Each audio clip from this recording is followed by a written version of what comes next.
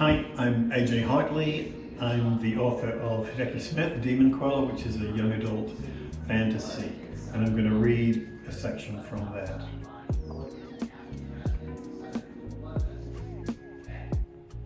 The ground began to shake. Trees rustled and creaked as if a high wind was coursing through the still forest. A low, rumbling growl seemed to come from the mountain beneath our feet, like distant thunder coming out of the earth itself. It swelled, ending with a muffled bang which echoed through the air. The insects and frogs had fallen eerily silent, and in the sudden hush I heard something else. A faraway cry, somewhere between a roar and a shriek. A terrible, mad animal sound that raised the hairs on the back of my neck. "What was that?" I said, getting to my feet and looking around wildly. "Fracking?" said Emily. She didn't sound convinced. We'd grown used to the booming explosions and the constant drone of machinery on the other side of the mountain, but this felt different. "Came from over there," I said, pointing up the path that weaved its way up to the summit. I took a few steps in that direction. "You're not going up there," said Emily. I couldn't tell if she was giving an order or asking a question. "Just want a quick look," I said. "We won't go far." "We?" "There may be possums," I said, grinning at her for the first time. She gave me a long, searching look, then smiled a little grimly and nodded. "Not far though," she said, as we set off up the path. "It's almost completely dark and I don't want us getting lost on top of everything else." "We won't," I said, rounding a bend in the path. "I know these woods like the back of my..." "Huh." "What?" asked Emily. "Weird," I said. "What is?" she asked, more urgently this time, but then she saw where I was looking and stopped. About 10 yards ahead, the path went through a strange kind of gateway. 2 red-painted wooden gate posts, thick as telephone poles, sitting on stone bases and spanned overhead by a pair of red crossbeams whose ends flared up slightly. It was one of the strangest things I had ever seen. Strange and a little scary. So the fact that I suddenly wanted nothing more than to go through it was very weird. "You ever seen that before?" I asked. Emily shook her head. "Me neither," I said. "We should go back," said Emily. "We really don't want to." She fell silent, and feeling her uncertainty, I turned to look at her. She was gazing back at me along the dim path, the way we'd come, except that it wasn't. The familiar mix of pines and hickory, sweet gum, maple and rhododendron were gone. In their place was bamboo. Not the little skinny bamboo you saw wilting in pots down at the Home Depot. This was towering stuff. Great, pale columns, thick as tree trunks, and twice as high. "Caleb," said Emily, "where are we?" I stared and swallowed. "I have absolutely no idea," I said. Chapter 3. "Where are you going?" Emily demanded. "Up," I answered. It seemed the obvious choice, or maybe I just wanted it to be. The path below us wound through acres of silent bamboo whose trunks glowed silver under a full moon I hadn't noticed before, and whose leaves sounded like surf in the breeze. I would have bet everything I owned, though, that the path down the mountain would take us into Portersville. The one up through the strange gates would take us somewhere entirely different, somewhere I was meant to go. I know it sounds dumb put like that, but it was like I was one of those iron filings used to show us how magnets worked in science class back in middle school. Something was tugging me up through that red gate. I could feel it pulling at my heart, my mind, all the little iron filings of my soul bending and straining to get there. My parents, Tyler, the whole barn fiasco had been blown out of my head and forgotten. In its place was one desire, one need. I had to go up that path. "It looks Asian?" I asked. "Japanese," said Emily. We looked from the gate to each other. "It's a torii," she said. A kind of ritual path marker, I think. I gaped at her. How do you know that? She shrugged, and even here in the middle of all the weirdness, looked embarrassed.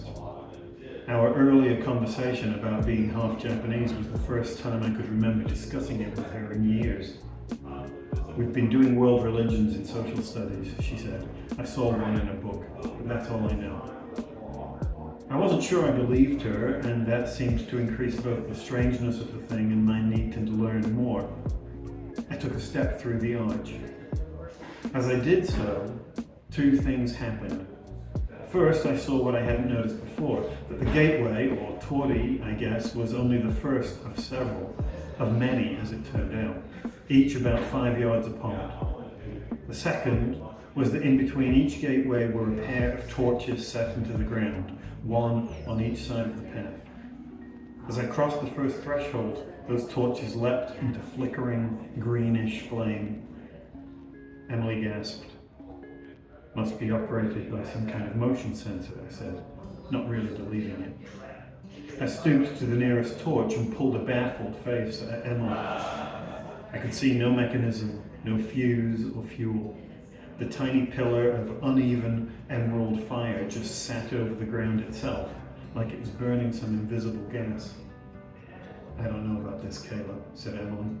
She sounded freaked out. No kidding, I said.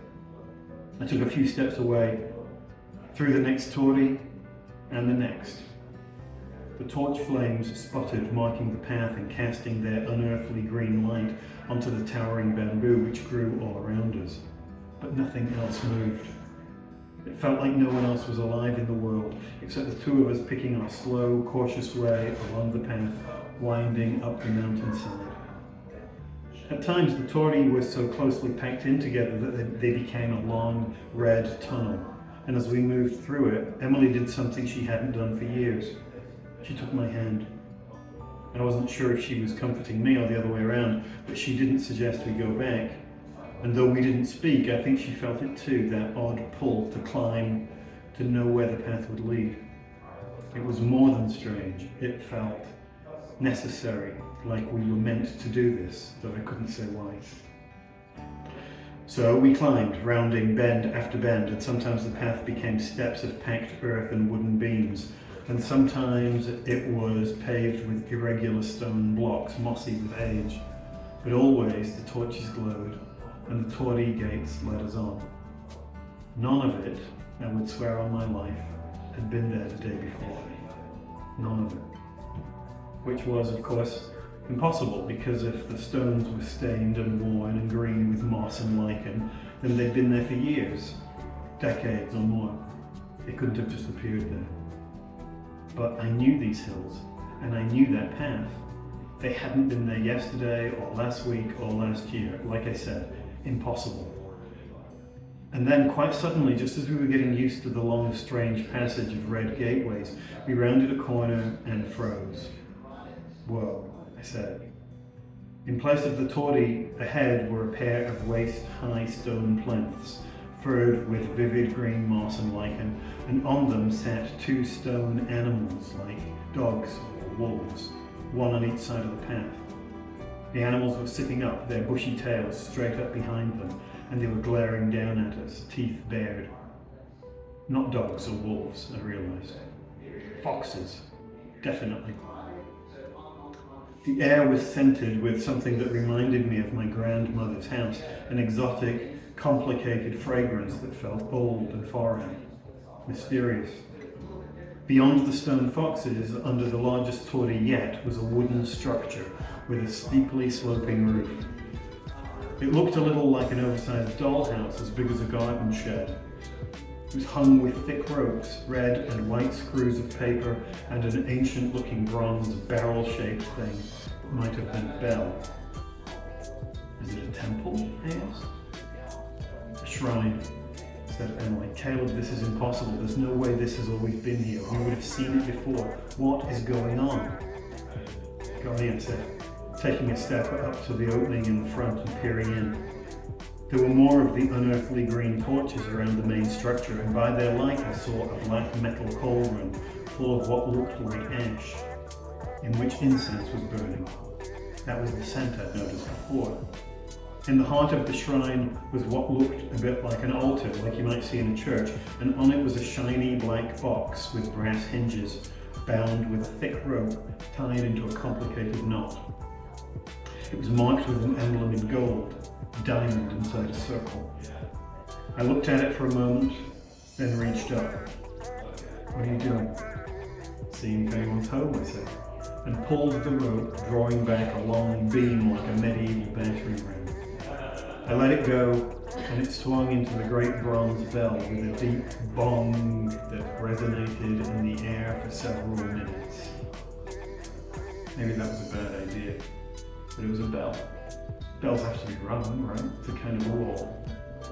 "Caleb," Emily exclaimed. "What?" I said, more casually than I felt. "Nothing happened." But that wasn't strictly true. Nothing had happened at first. The sound of the bell had rung out and then faded as you would expect, but it hadn't faded to nothing. And just when you thought it had, it started to come back, like we were hearing a recording played in reverse. It grew till it was as loud as the bell had been when I first struck it, and it kept going. Emily gave me a wide-eyed look, and we just stood there, not knowing what to do, as the bell got louder and louder till you could feel it vibrating in your gut and your skull. And now a wind had whipped up around the bamboo so that it leaned this way and that like we were in the heart of a storm. This was bad. I clapped my hands over my ears and shrunk to the ground, half expecting a tornado to touch down in front of us and blast the whole forest to matchsticks. I thought the wind would blow out the torches, but they got bigger, stronger, and their colour shifted and hardened, becoming man-sized pillars of light, not green now, but gold and amber. They threw the building and everything round it into shadow, everything that is except the shiny black box in the heart of the shrine. A line of hard yellow light had appeared in the seam between the box and its lid, as if something inside was on fire. It swelled till it was too bright to look at, and then the knotted rope sprang apart, and the lid flew open, flooding the world with brilliance. I shielded my eyes and turned into Emily's shoulder as she cringed away, but I couldn't stop looking. So I saw that in the heart of the light, something was coming out of the box. It was just light, brilliant, and the heart of the larger globe, but it was also somehow man-shaped. It floated up out of the box and glided forward till it was above us. I wanted to run, but I couldn't move my legs, and I felt something stranger still, like I wasn't just seeing the figure in the light. I was sensing its thoughts, and what I was sensing was confusion, uncertainty. Whatever the thing was, it hadn't expected us, or not exactly. And then I heard my name, and Emily's, except that I didn't really hear them. They just sort of unfolded in my head like the sound of the reverse recorded bell, and the names were not Caleb and Emily, but Hideki and Kazuko. The light hung between us, and then, with something that felt like decision, it split in two and shot like lightning into our chests. I was blown off my feet and landing sprawled on my back, but before the pain came, the world went black. This has been a reading from Hideki Smith, Demon Queller, available from August 24th, wherever books are sold, probably.